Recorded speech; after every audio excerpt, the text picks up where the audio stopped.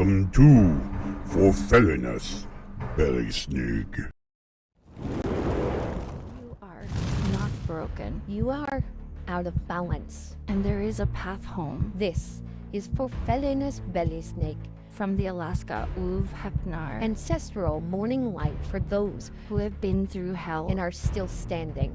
This nonprofit has a sliding scale guidance At alaskaulfhednar.org/guidance. for felliness belly snake Begins now. Every day, someone's little girl, daughter, sister, girlfriend, fiance, wife, cousin, mother, auntie, grandmother, great grandmother, elder disappears, shattering a family, a community, the world. There is something we can all do. Remember them.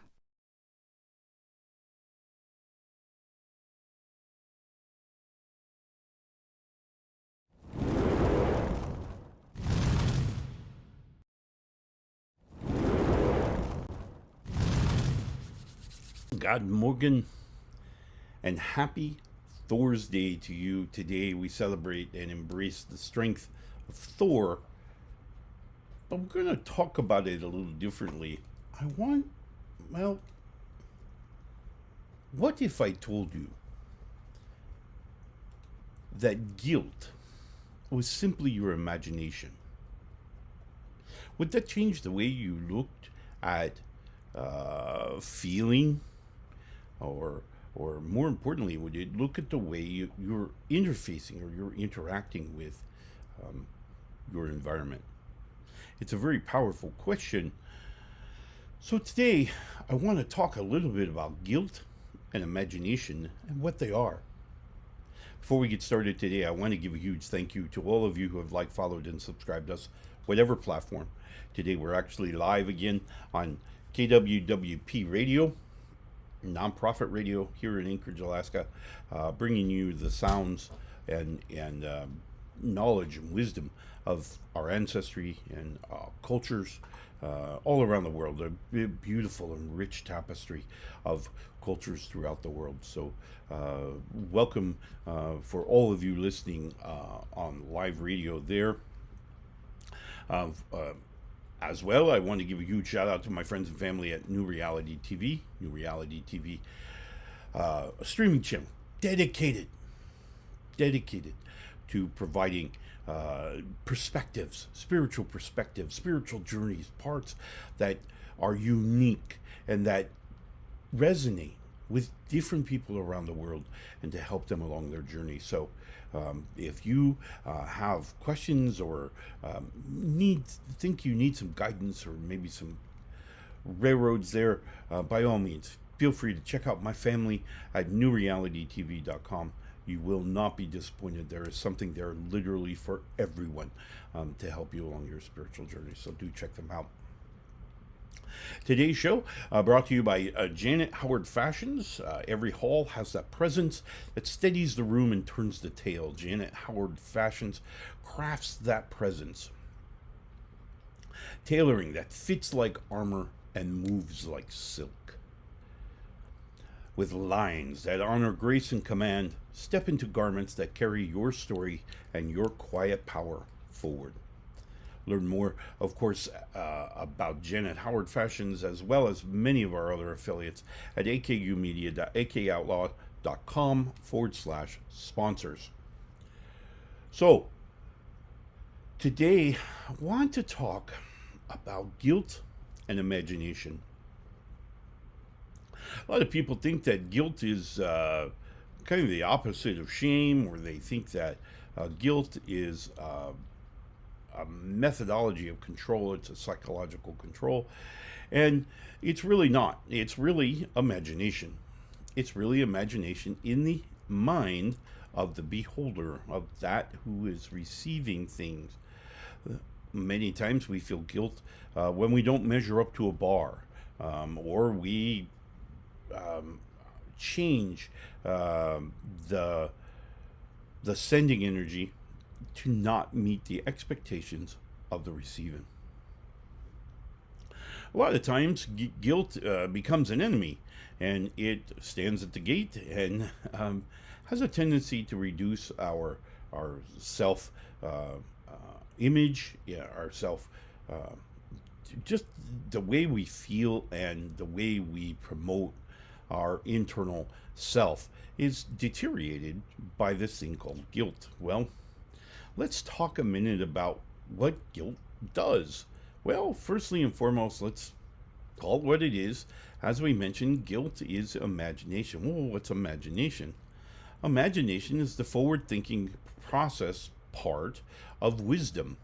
So, wisdom we have in our mind that we've built up using intellect and experiences, and this becomes wisdom. Wisdom then, in turns, does this forward looking process, and that forward looking process is, of course, imagination. Now, imagination is a fairly powerful tool. Imagination is what we can promote, or what is promoted from our memories, where the wisdom lies, into the input of our sensory input. So essentially, what we see around us every minute of every day, the reality at which we experience, is about 40% imagination. 60% of it is what it is, calling it a room full of experiences and different parts interacting with their own version of reality. All of these things, our brain is trying to second guess what reality is doing. This second guessing, if you will, is called imagination. So essentially, we're going to draw on that wisdom that we've created using either experiences, first-hand experiences, or second, third-hand, whatever the case. And we're going to plot those in on top of these, what my ancestors referred to as the towers of intellect, which are just simply collections of knowledge, collections of related intellect. And we're going to store those, and then wisdom is going to use our life's experiences, kind of what we see and what we interpret, to interconnect those, so that this piece of knowledge becomes related to this piece of knowledge over here.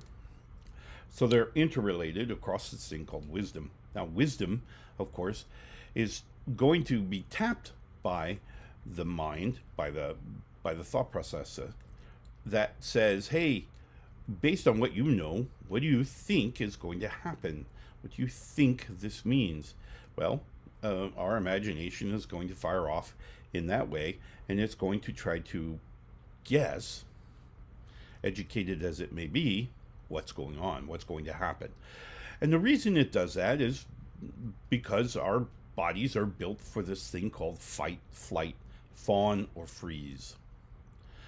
And those four states are essentially our body's way of responding to events in an expedited way, right? So we're trying to expedite our response, right? So we see a danger, we want to be able to respond. Fight, flight, fawn, freeze, right? So for those of you who are not familiar with the fight or flight process, it is simply the way the body is going to release the hormones, the necessary chemistry within the body, so that the body can now either run like mad, or fight like mad, or freeze, or fake.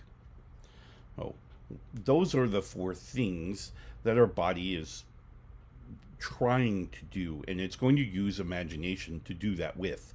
That's what this process is all about. Wisdom is going to build the foundation, and then that foundation is going to leak, if you will, imagination forward into incoming sensory input that then sets the tone, the whole thought process all the way through.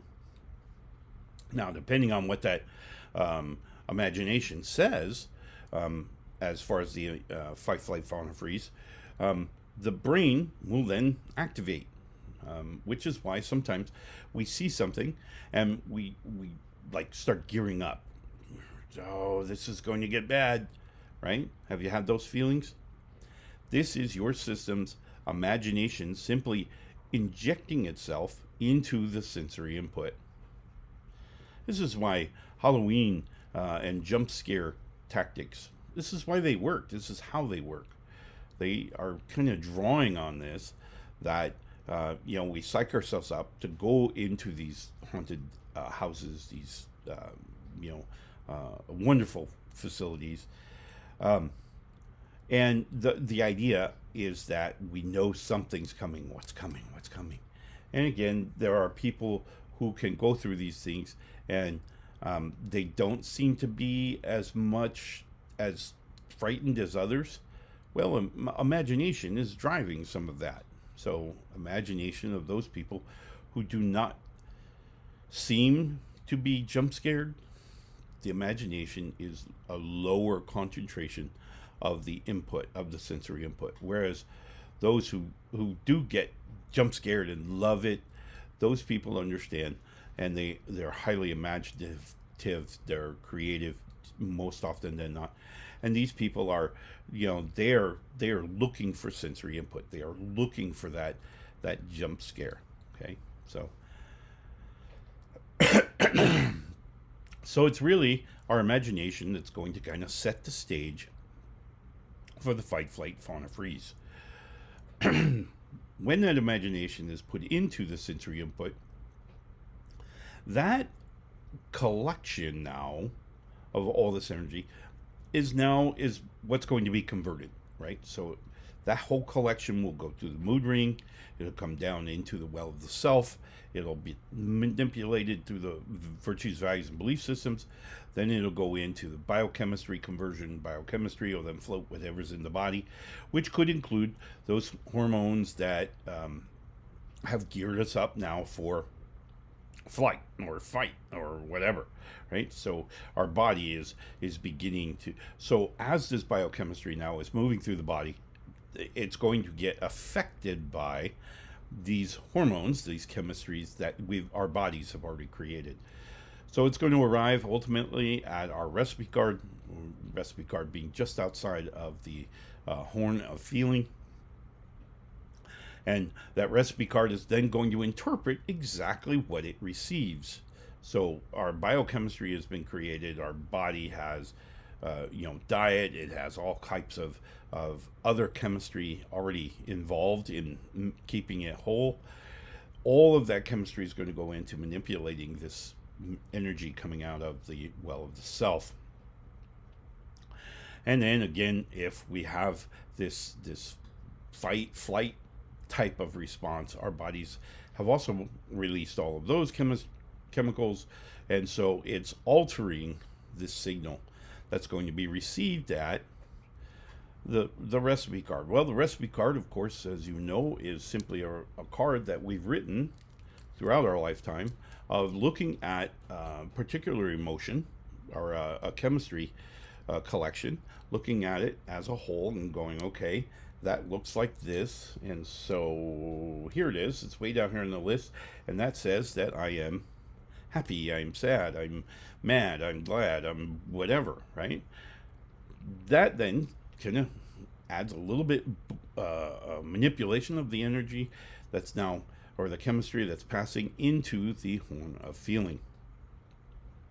Horn of feeling, it's converted back into energy, so that it can be transmitted into the brain. So this chemistry now is converted with the caveat of knowing, for those of you who have read the book, bottom of the horn, of course, is the silt. That is the inauthenticity that we live our lives with. That's all filling up in the bottom of the horn, limiting the amount of space that now we have for energy conversion. The conversion process, in the vision that I had, very, very akin to watching you fill a mug with root beer. As we pour in the fluid, there's this foam that arises from the pouring of the root beer, And it's that foam now, this converted energy, that's going to expand in much the same way. And at the top of our horn of feeling is where we see this little bitty space called the cognitive space. Cognitive space is simply a licked finger in the expanding foam. So it's very important that we recognize our responsibility, our accountability, that we can manipulate this process as it goes. All right. So today, our word of the day, or our rune of the day, as it were. All right. Manaz.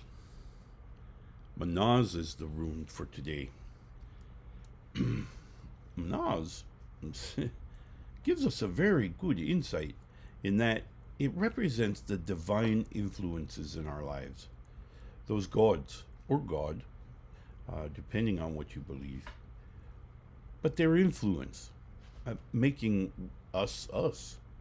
Remember, they are always sending energy. They're always promoting energies to the earth, through the universe, through all the pieces of the existence. So we're receiving those energies too, which are then going to alter our bodies. Again, going back to the biochemistry. All right. Oh my, we ran over a little bit, so we're going to take a real quick commercial break. When we come back, I want to kind of finish this thing out and talk about how we can take this knowledge, put it on the road today for our better mental health. We'll be right back after this message. Weekend or sunbreak, eBookers Ireland bundles flights, stays, and car hire smartly. Plan the escape. Link in our description. It's happening. It's in the air. The time is now. We're all waking up. We're waking up. We're all waking up. It's all shifting. New vibrations. It's you. It's you. It's me. It's all of us. Together. A new time. A new day. A new energy. A new energy. New reality. Awaken with us. Awaken with us. Awaken with us. NewRealityTV.com. Step into a look that carries you. Janet Howard fashions, clean lines, confident silhouettes. Browse the new edits. Check out a link in our description. These words are stirring something heavy in you. You don't have to carry it alone. Sliding scale spiritual guidance with sessions outside normal business hours is available through the Alaska akulfhednar. Visit akulfhednar.org/guidance to book a free discovery session.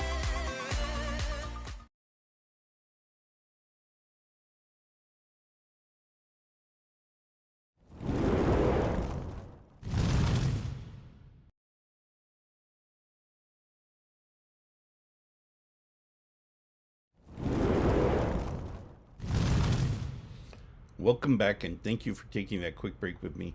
Again, as I said in the beginning of the show, today's show is brought to you by Janet Howard Fashions. Every hall has a presence, and Janet Howard can help you get there if you are not already. And so do check her total line out through the link on our website, akumedia.akoutlaw.com/sponsors. You can also be sure to check out New Reality TV, newrealitytv.com, of course, streaming channel dedicated to spiritual perspectives that can help us grow and evolve to that next better version of ourselves. Today we're talking about guilt and imagination, and how imagination is a large part of what we interpret is our reality. So much of what we see is, well, you guessed it, guessed. We're not really looking at it. We're not really seeing it. We're not really seeing it for what it really is. We're simply seeing something, and our brain is kind of filling in what it does. So A lot of times we may see facial displays or body language and may interpret it a certain way, which is not the way it was intended. And so then the whole conversation is built on that thing, which is not what it really is. So things to think about when we are communicating with others and certainly interacting with the reality that we are experiencing. Remember, we have a choice. We are separate of the reality at which we are experiencing. So we're separate. We get to make the choice as to how we're going to interpret things. And all it takes is just that one moment where we simply stop ourselves and make sure that our imagination isn't filling in the blanks for us. It's actually interpreting what it sees, right? And it's interpreting it the right way. So one of the big pieces that we really have to pay attention to here as we go forward today into Thursday, I want us to kind of think about verifying what we see, what we hear, what we smell, touch, or taste. We want to make sure that, again, this is real sensory input and not imagination. Imagination then will cause us to have a separation or a perceived separation between what's occurring and the expectations. That perceived difference there is what you will interpret as guilt. So keep your minds open for that. Look for, as we interpret things, as we see things, take a minute to kind of look at it and go, is that what I really experienced? Or did I imagine that? It takes only about a minute through each event, particularly those critical events of our day, to kind of set the tone. We don't want to misjudge conversations, misjudge the independence of other people, and certainly misjudge the individuality or the independence there with the reality that we're all experiencing. All right, so just pay attention as we go about our day today, and check for that imagination bleeding into what you're experiencing, and then kind of reevaluate based on that. All right, and we will see you again tomorrow, where we will talk about the magic of Freya, of course, the goddess of love and war, but more importantly, the goddess of energy management. She taught the whole world, taught all of existence the magic. So she has a lot of understanding of the energies moved in the cosmos, and certainly here on Midgard. So some great ideas that we'll share tomorrow. So have a wonderful Thursday, and we will see you again tomorrow, where we'll embrace Freya. Love and light, my friends.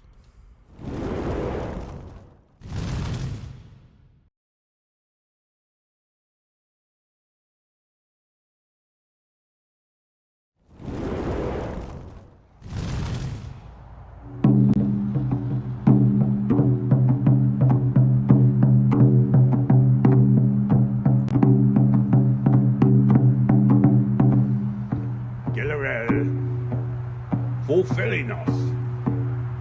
Una. Hjälp oss med. Magnify. Tu för og. Kaliot.